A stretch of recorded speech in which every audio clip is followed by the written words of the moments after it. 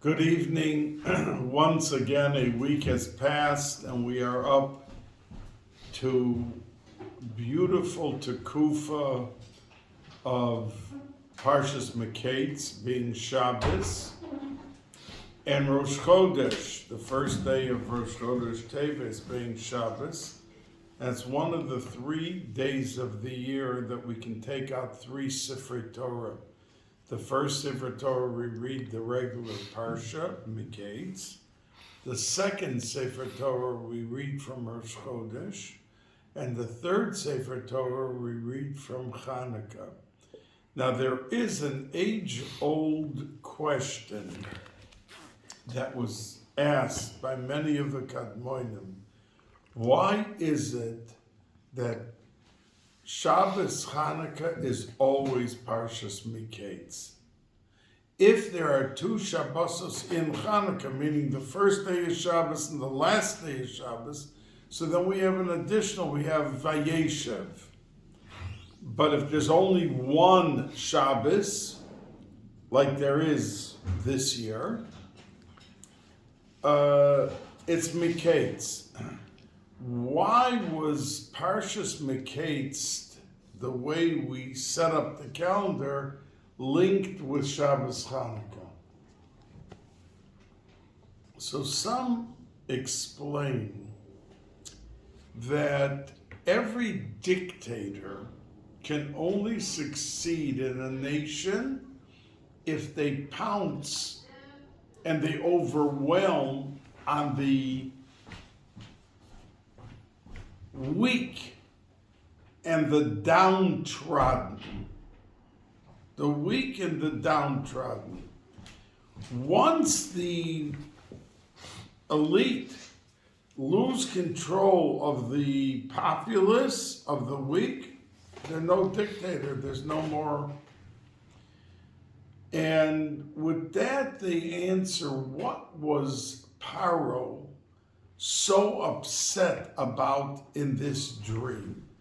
He got up and he summoned all of his advisors and all of his ministers to ask them what they thought, why and when this dream, what did it mean, seeing 7 heavy cows and then 7 weak cows. And everything that came out in the dream, why did that upset him so much? What did he see in the dream? We all have dreams, and he had 2 that were nonsense, and we just brush it aside. What did he get so shaken up with and about? So the Mefarshim explain that when he saw the 7 heavy cows come out, and they were satiated and heavy and fat and a juicy cow.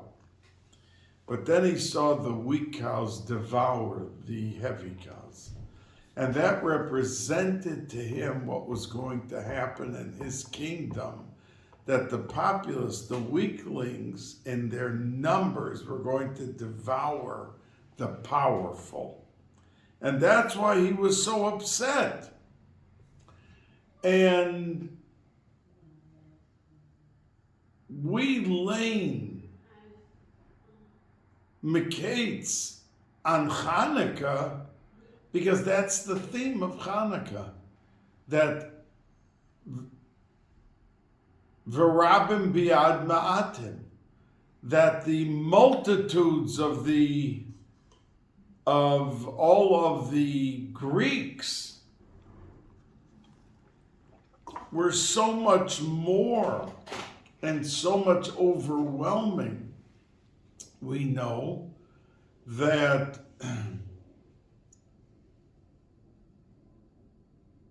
the Rabim bad ma'atim Temeim biad tahorim, and Rashi says in Zos HaBrocha, the second opinion in Rashi in the words umisana of min yikumun, that it's a reference to the story of Hanukkah. And there Rashi says very openly that there were 13, there were 12 Bnei Chashmonai and Yochanan and Eliezer. So you had 13, says Rashi, against Kama Rivavos. Now, Elef means 1,000, but Rivava means 10,000. So Rashi says Kama Rivavos, like there was 70,000, 80,000 against 13. That was so supernatural that no one could ever try to claim that, well, if you had 13 that were very strong, that they could beat the 70,000. They could have just run them down. But that was the victory. So that was the theme of power versus weakness that scared Paro. And since that's the theme of Hanukkah, that the few were victorious over the many, that's why Parshas Miketz is read Shabbos Hanukkah. Now, we know that in Parshas Miketz, when you begin the Parsha, it says, V'paro cholem, v'hine omed al hayaor. Now, the word cholem is a present tense. And the Meforshim ask, it should have said, V'hine paro cholam. We're telling a story in the Parsha of what happened.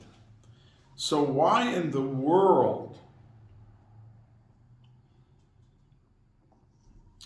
would it have been written cholem as if it was happening? But a secular view was that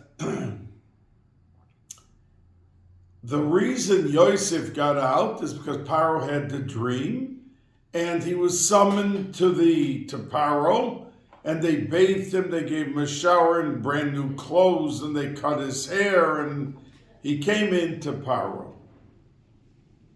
But if, let's say, Paro would not have had that dream, then Yosef, that's a secular, Yosef would have sat for many more years. He only got out because Paro had a dream and the sequence of events. But our Hashkafa tells us the opposite. It was time for Yosef to leave the prison. And he would not even be there an extra minute from when he had to be there. And the vehicle to execute this concept that he had to leave, Paro had a dream, and that was the vehicle, how he came out. If it wouldn't have been that, it would have been something else. Because the Chavetz Chaim used to always talk about it, that when in Hashkafa, that when HaKadosh Baruch Hu wants something done, so the sequence of events happen to produce the results of what has to happen. Yosef had to leave the jail at that point. So it was through why? Because through his advice, he became the viceroy in Egypt. Viceroy in Egypt, not only did he feed the people of Mitzrayim, but he fed the whole world. The Medrash says there was no food anywhere. And they were coming down and begging and bartering and doing what they did to be able to get it. So that point of the Chavetz Chaim, of how important the actual bitachon and emunah, that every event that comes around isn't just because of some outside reason. It's because that's the way HaKadosh Baruch Hu wanted it to happen in his grand plan. And he uses a number of different chess pieces. to get the result out and occurrences and happenings that it should come out. And that's why it's in a lashon of hoive, of present tense, because it wants to tell you that it wasn't something that just happened in the past. It was something in that day and age that had to happen that day, that hour, and that minute, which was happening currently. And that's why we say Ufaro Cholem, that he dreamt currently, because that was part of the current plan. Now,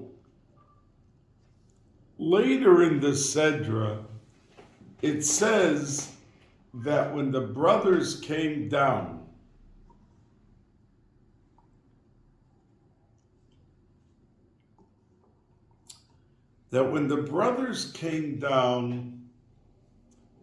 that Yosef had a Suda,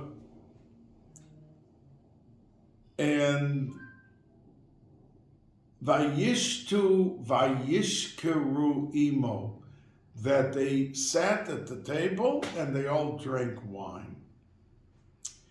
Now Yosef recognized who they were, but they didn't recognize who he was. And it says the reason they abstained from drinking wine was because they knew that they had thrust their father Yaakov into 22 years of mourning and devastation, sitting in a sackcloth, crying. Vayisabel al beno yomim rabim, says Rashi, 22 years. And while he was sitting in sackcloth and crying, they decided that they could not partake in wine. So they didn't drink wine all 22 years. So the obvious question here, they were sitting by Yosef. They didn't know it was Yosef. So why did they suddenly drink wine? Why did they drink wine? They didn't know. Yosef, you could say, drank wine because he realized the end was coming. The brothers were there, and that it was beginning to unravel the whole story. But why did they drink wine? So the Mefarshim explain that the brothers felt that the whole cause of these 22 years was the fact that they had jealousy and hatred towards Yosef. Now, when they came down now, it was with Binyamin. And Yosef gave each one of them a change of tailored clothes. And to Binyamin, he gave 5 change. 5 times what everyone else got. And there was 0 jealousy. So the brothers said the cause of the entire effect of what happened was the jealousy. And by seeing Binyamin getting so much and not an ounce of jealousy is within our hearts, they knew that they were cured from the sickness that happened to them and what they caused to their mourning father. So they drank wine because they felt that the whole cause was cured. There's no one here that had a drop of jealousy. And we got the jealousy out of our system. And that's why they drank wine. Now, we know Bnei Yissaschar talks a lot about the fact that the only Yom Tov that we have that has a Rosh Chodesh that comes out in the middle of the Yom Tov is Hanukkah. That means we have no other Yom Tov. Purim is Yudalit Tesvav. Pesach is Tesvav through Chof Beis. Sukkot Tesvav through Chof Gimel. Shavuos Vav and Zayin. But there's no Yom Tov. Yom Kippur is Yud, and Rosh Hashanah, both days are considered like a Rosh Hashanah. like a Rosh Chodesh, but the only Yom Tov that really has Yom Tov, and smack in the middle is the Rosh Chodesh of Teves. And the Bnei Yissaschar explains, because the backbone and the central theme of Rosh Chodesh is renewal. Renewal. Robust renewal. With a flame and a fire of tremendous freshness and rehabilitation of whatever was the past. We have a fresh beginning, Rosh Chodesh.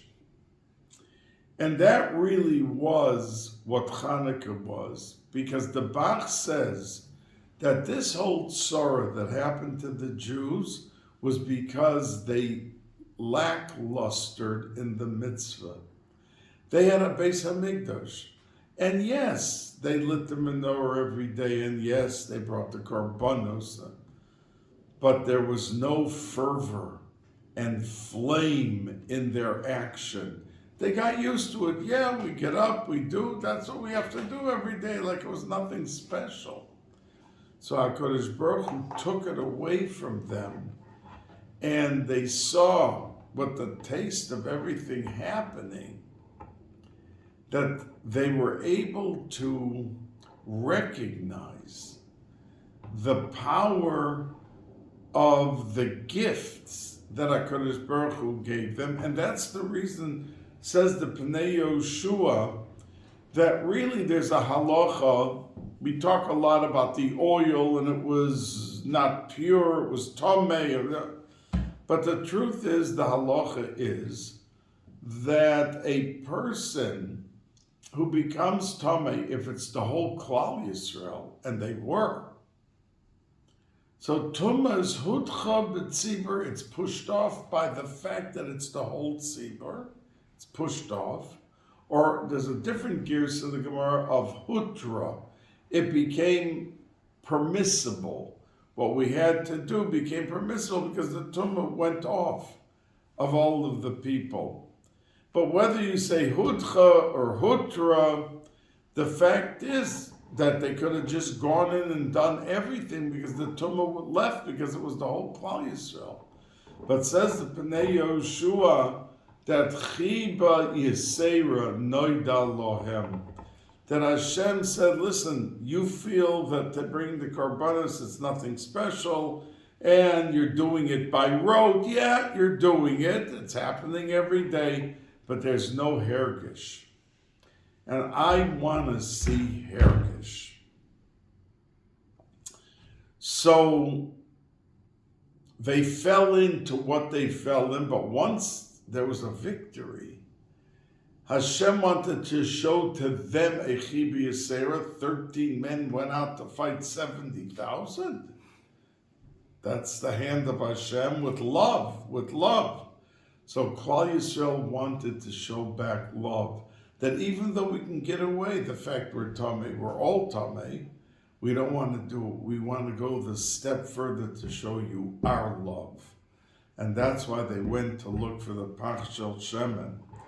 Now, we say, Sha'asa Nisim Lavosenu, and it's about the oil. It's about the oil. That's what we're celebrating. But when we say Al Anisim in benching or Shemona Esrei, it's only about the milchama, about the fight. The word shemen or oil is not mentioned in Al Anisim at all, because we're commemorating two things. One was the oil, and one was the milchama that they came out. Let's not forget, they wanted to wipe out the culture and the Yiddishkeit. That was their goal. They were not out to kill anyone. The war came about because they refused to give in without Shabbos or Mila or Rosh Chodesh, all these things that they were demanding that they stop. But had they given in, Chas v'sholom, There wouldn't have been no war, no fighting, nothing. They just wanted to wipe out a zecher of Yiddishkeit. And that's why when we say Al Anisim, we only mention the Milchama. And the oil was is the Sha'asa Nisim Lavosena Bayomim Mahem Bazman Hazeh, goes on the oil. Now, we know that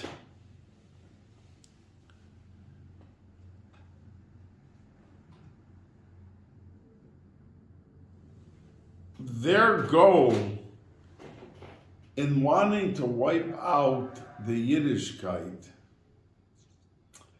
there came back because it woke up, it became revealed the level of what they were doing, which was an expression of just love to HaKadosh Baruch Hu. They woke up, they snapped out, they realized we've been doing this Avodah all the time, no sugar, no spice. We have nothing special in the ingredients of our efforts. Now, on Hanukkah, we take a dreidel from the top. We spin it from the top. On Purim, we take a grogger from the bottom. So all of the Kadmonim say, Hanukkah, there's two madregas. There is Isarusa de la Ela and Isarusa de la Tata. Isarusa de la Tata means that Klal Yisrael does certain things that arouses a ratzon in Shamayim to do good for Klal Yisrael, to have a flow of success, to have a flow of meaningful activity and results from it, things come to fruition. But that's called this Arusa Dilatata, because it starts with what Klal Yisrael does down here. And by Purim, they wanted to wipe out every Jew, to kill them.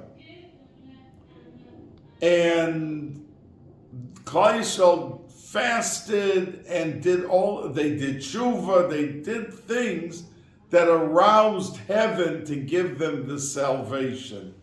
So we take the grogger from the bottom, which is the bottom, Isarusa Delatata, that it aroused heaven.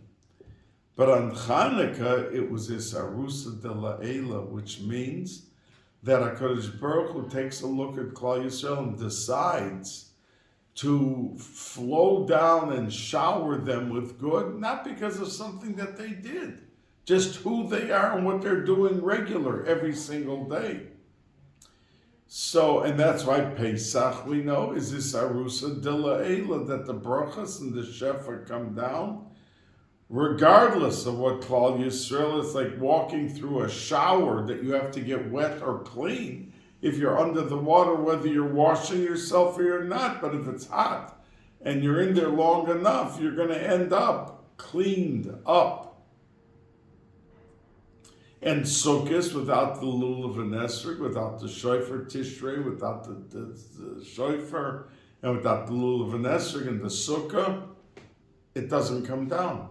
V'asienu Hashem Elokeinu as birkas moyadecha, the bracha for the Yom Tov, doesn't happen unless there is the Isarusa Delatata.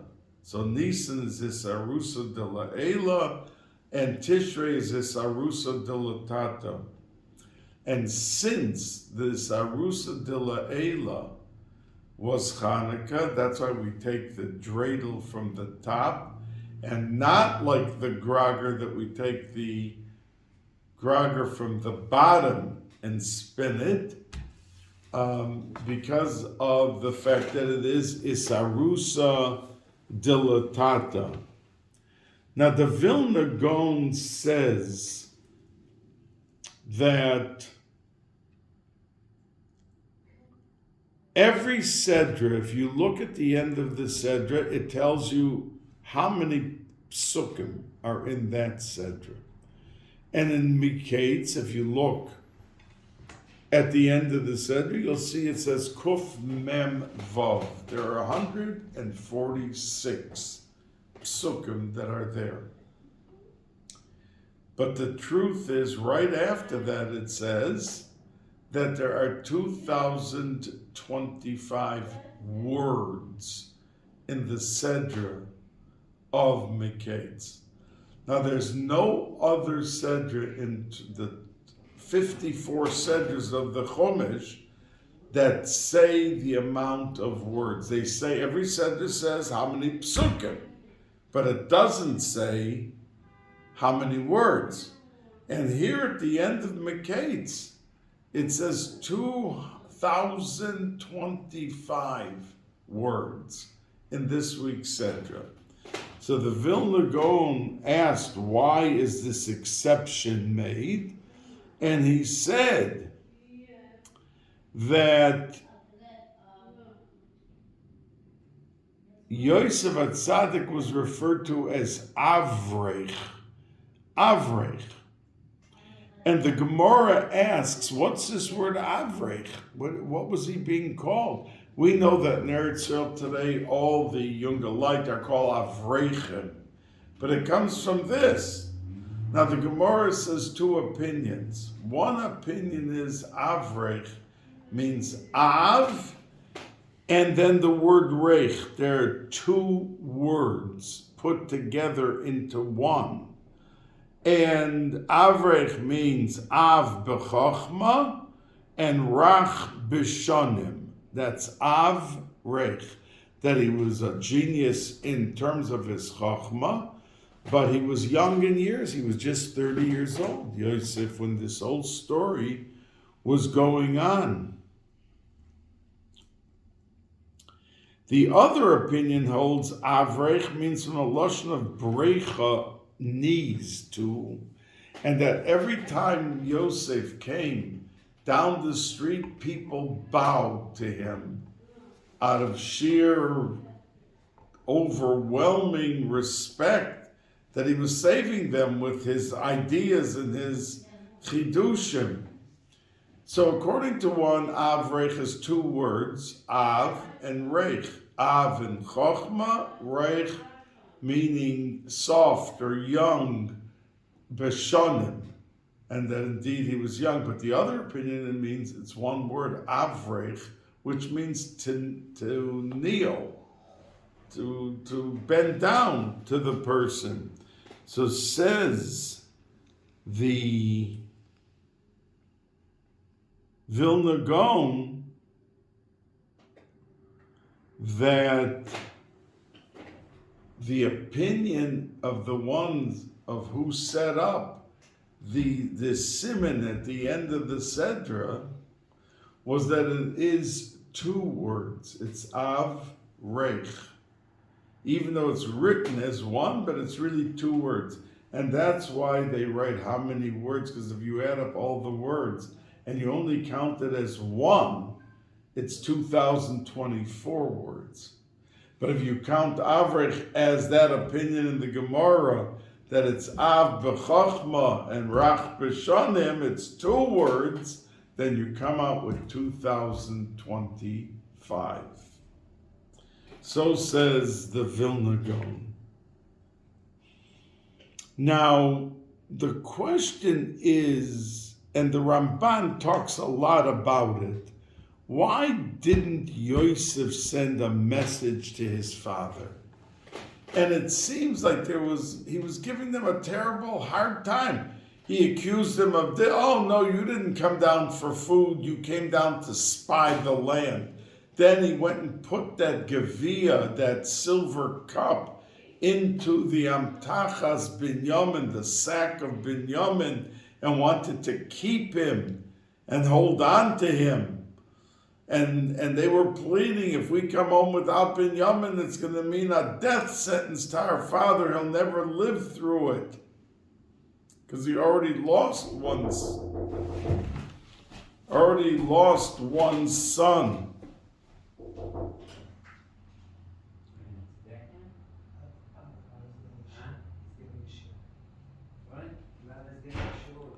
So the fact is that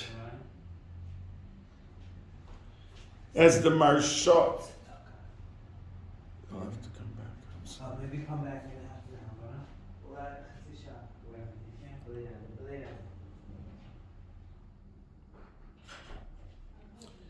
That the fact is that everyone had sworn, and that's why they needed a minyan, and they were Metzaref HaKadosh Baruch Hu, and he was the 10th, because Binyamin was not born yet, and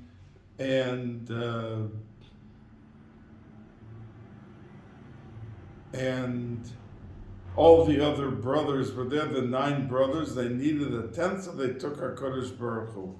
And that's why it says, Vayevk Oso Aviv, that Yitzchak Avinu cried, because he knew that Yosef was alive and that his son was suffering for nothing, so to speak. And it was a shame. But he knew that there was a shavua, there was a promise that no one was going to say anything till the time came. And that's why Yosef never sent to tell his father, don't worry about me, I'm alive. You see, the brothers came for food, it was right there, it wasn't far. But it was because of this shavua. But why did Yosef put them through such difficulty? So the Ramban says because he had 2 dreams. One was that the brothers were bowing down to him. That's what we're going to that's in last week's Sedra by Yeshiv. But there was a second one that not only the brothers but the father was going to be bowing down to him. And he knew that for the Tekufa that they were living through, that this was a requirement to bring to reality. So says the Ramban. And that's why he put them through this whole process to bring out what he wanted to achieve by first the realization of the dreams, and then that there would be the time that they would have to reveal themselves, that he, as Mashiach ben Yosef, and Yehuda, who at the end of our Sedra ends up very dramatic, because it's the only Sedra that ends with such suspense, What happened? They found the Becher of Binyamin, and they brought everybody back, and the brothers said, okay, we're your slaves, you got us. So Yosef said, oh no, I don't want you to be slaves. You go home to your father. I'm just keeping Binyamin as a slave because he had the thing. And the Mefarshim say, why does our Sedra end up with suspense? It should go just a little bit into the next parsha, and that's when Yosef reveals himself, and everything else falls into place. But the answer is to teach us in life that we don't always have the answers. We're at a crossroad in life, with money, with business, with children, with marriage, with 20 different things. And we're wondering, why is this happening to me? And why isn't that happening to me? And we have this, and it's only our emunah that takes away that question.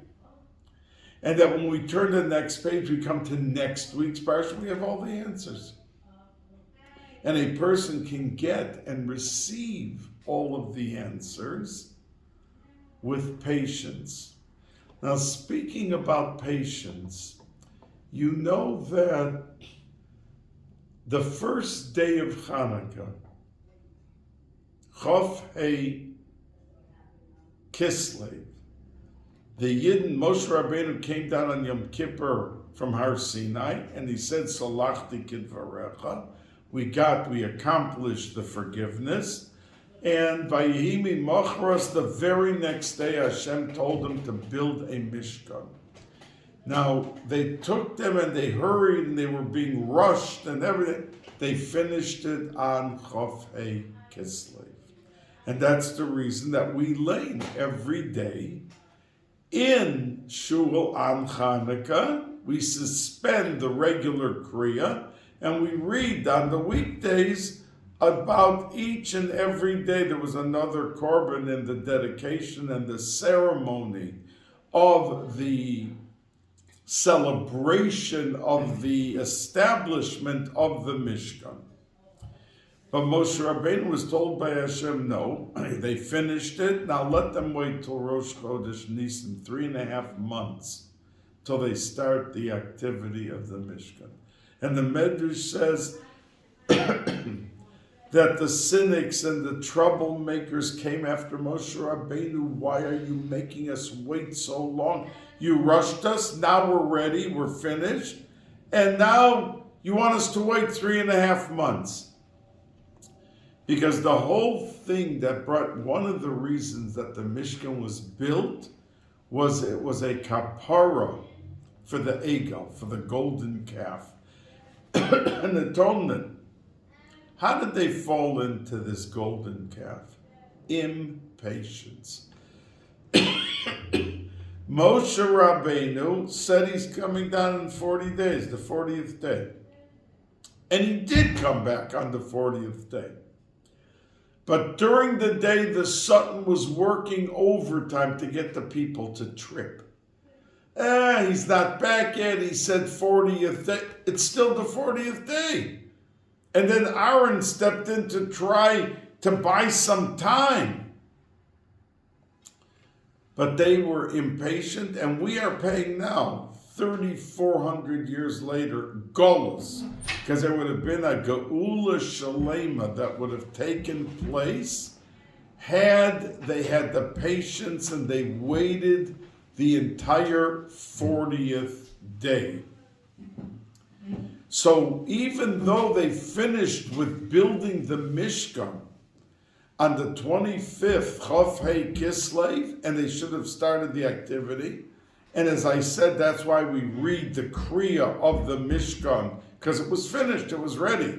But because they had no impatience, they had no patience by the Maisa HaEgel, and on the 40th day they ran and made the Egel instead of waiting, and Moshe Rabbeinu indeed came down.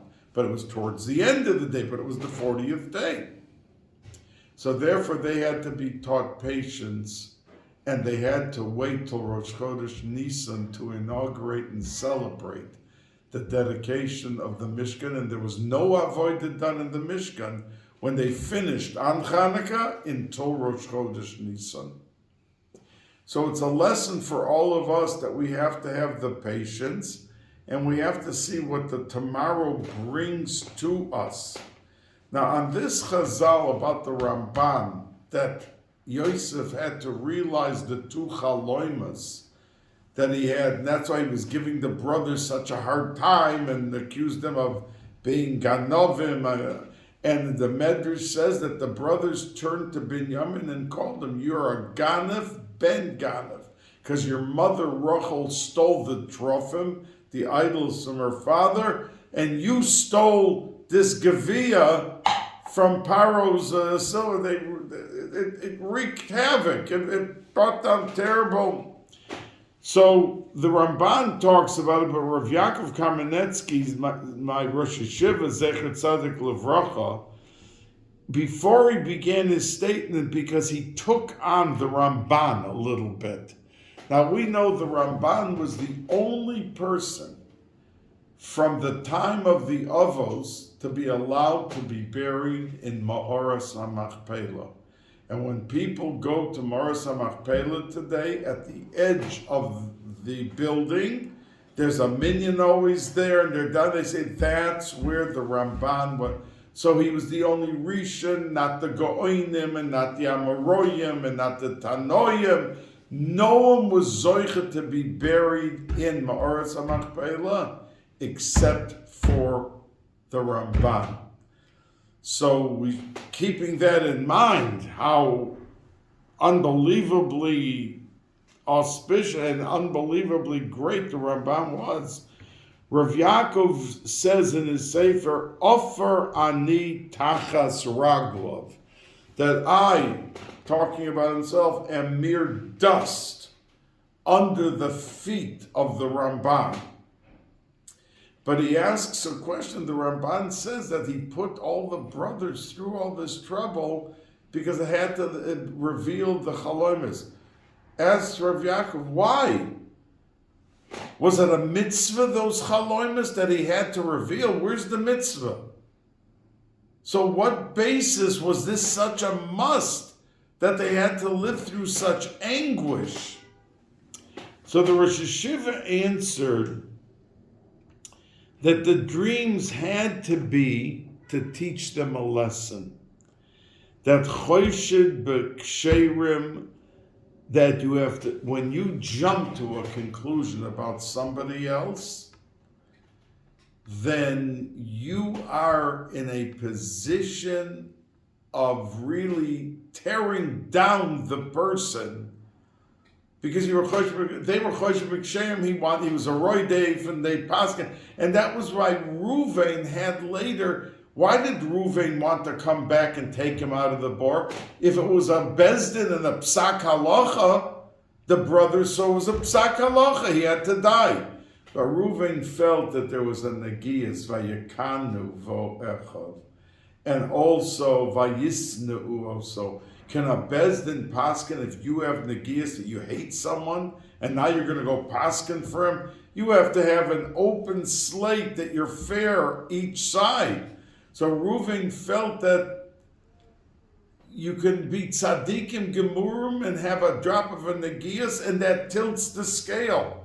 And that's why he wanted lahashivo el oviv. He wanted to bring him back alive, even though there was a psak over there that he should die.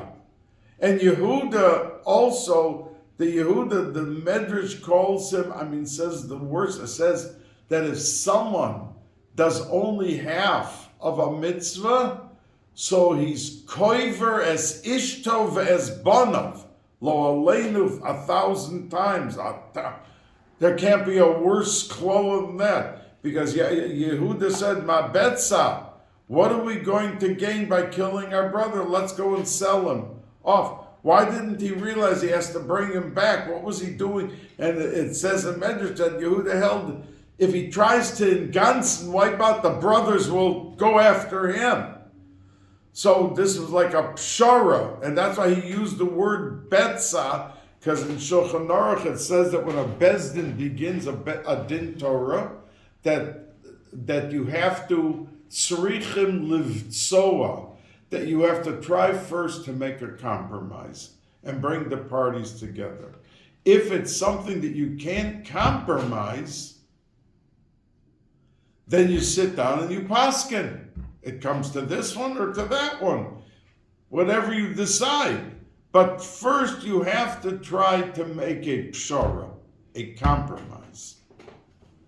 So the Rosh Yeshiva said that over here they went out after the blood of Yosef, and let's not forget that in the whole Torah, Chamisha Chumshei Torah, and in Nevi'im, and in Ksuvim, and all Chof Dalet Kisvei Kodesh, we only find two people called a tzaddik. Yosef a tzaddik, and Noach. The pasuk begins, Ish tzaddik, because both of them saved the world. No one else, Avram didn't save the world, and Yitzchak and Yaakov, or Moshe, but Yosef, by feeding the whole world, wasn't just Mitzrayim, it was the whole world. He saved the world. And it was the schus of Noach that the world was saved. Everything was wiped out, and he would have been wiped out all. But because he was a tzaddik, the world continued on indefinitely because of his tzidkus. The pasuk says, "Ish Noach ish tzaddik tam hoya b'dorosav," and that the Meforshim say the title of tzaddik only came to someone who literally saved an entire world. And here says Rabbi Yaakov that they went and they were so merciless in how they handled him and everything, all being choshed b'ksherim because it wasn't true.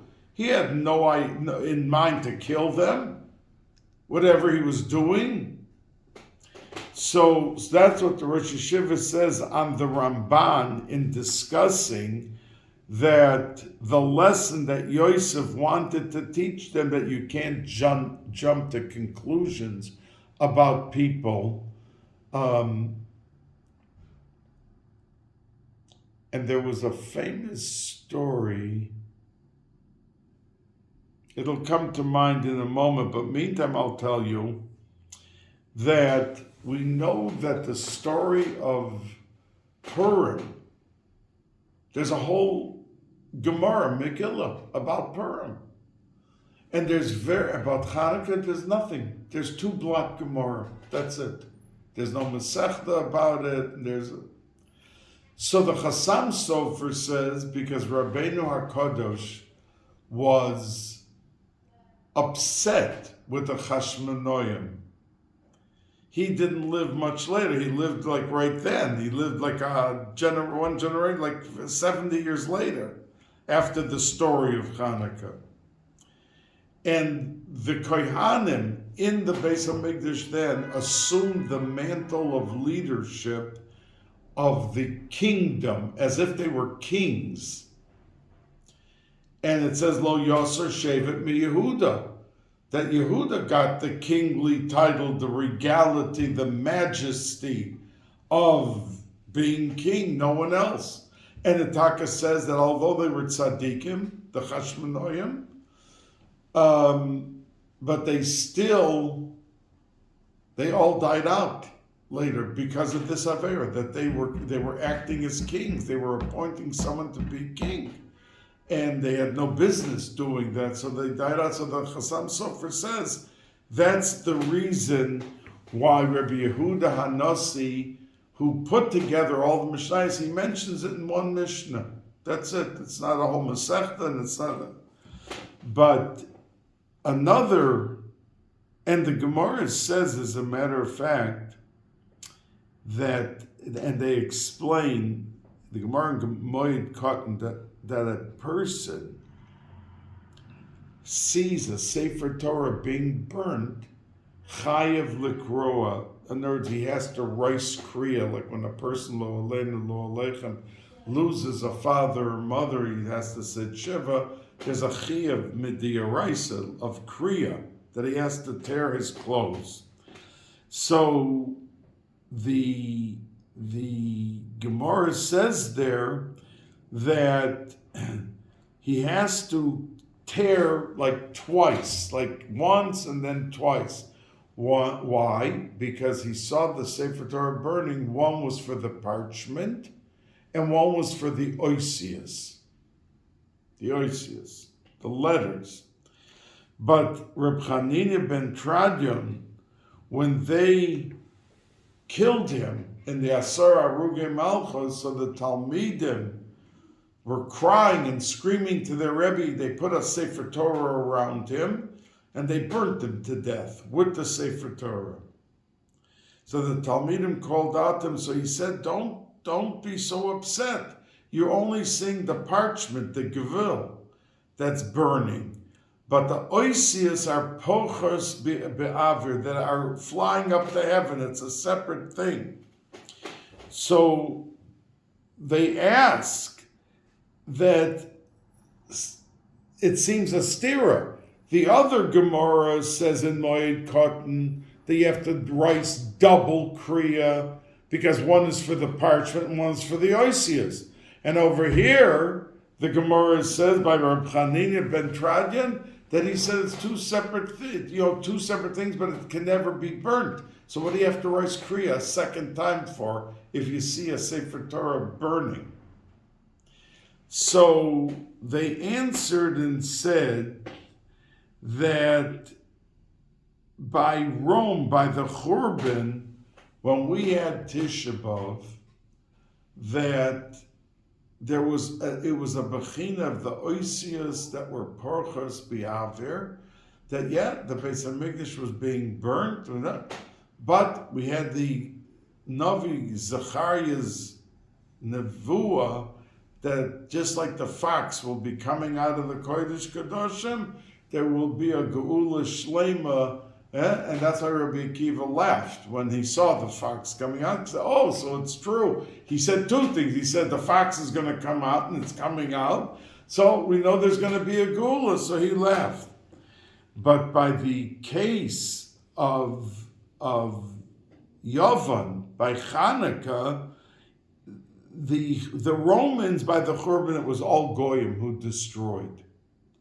But by Hanukkah, they weren't interested in killing anyone. They just wanted to be metame everything. And that being metame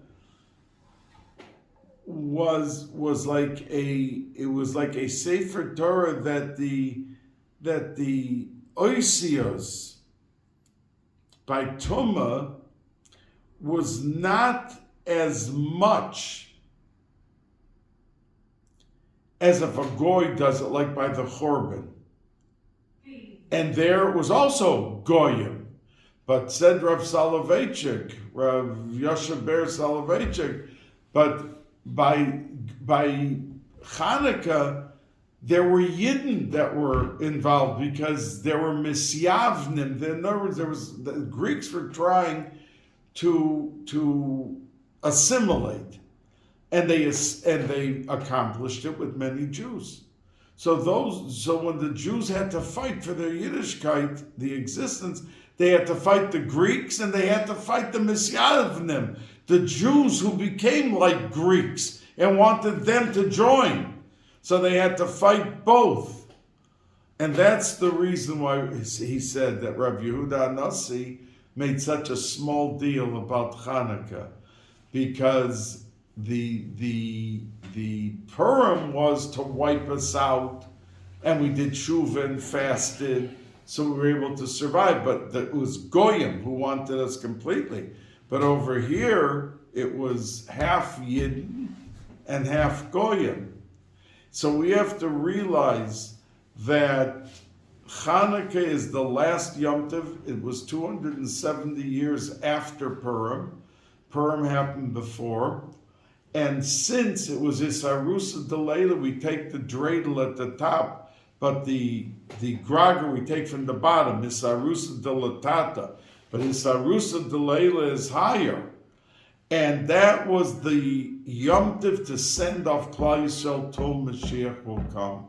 There's no other Yom Tov that we say Halal Sholem with a bracha all 8 days of Hanukkah. We do that, we say it, and we know that was the send-off for Klal Yisrael, and that's why a Rosh Chodesh had to come out. The only Yom Tov of the whole year that there's a Rosh Chodesh in the middle of the Yom Tov on Hanukkah, because the Hischadshus, a person sends off someone, be safe, be well, take with you enough money, take enough food, take enough clothing.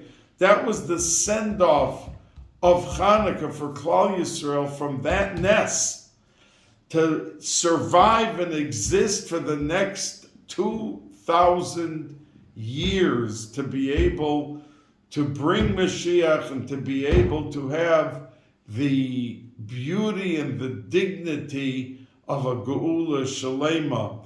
And I want to close and say that those who do not, and all this forum bring it, that those who do not have a Chasima on Yom Kippur or on Hoshana Rabbah, they get it the last day of Hanukkah, which is called Zos Hanukkah, Bezos Yechupar Avon Yaakov.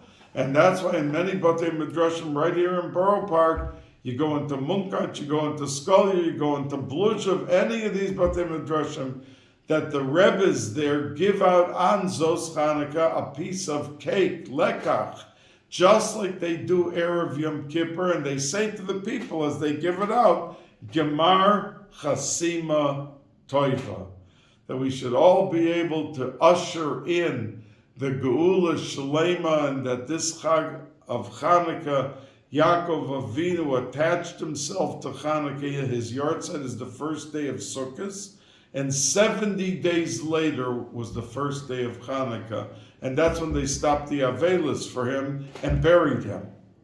The Avelis continued Yud Beis Chodesh, but the pasuk says Shivim Yom. What's Shivim Yom? It's not Shloishim, it's not Shiva, it's not Shana, because Shivim Yom comes from the first day of Chanukah, of Sukkot, when he was Nifter. The 70th day is the first day of Chanukah, because Yaakov Avinu Bikesh Yaakov Legalos es Haketz. He saw the trouble that Klal Yisrael would have surviving afterwards, 3,800 years after he was Nifter, and what they would have to live through by all of the golus and by all of the expulsions and being the victim and being decimated by the world until Mashiach will come. So let's hope in our celebration that we should do it with such fervor, zest, and zeal in the format of what we have to do to bring a nachas ruach to our Kodesh Baruch Hu with our mitzvahs and our maisim tovim, and that we would be able then to dance B'Yerushalayim Ir HaKodesh.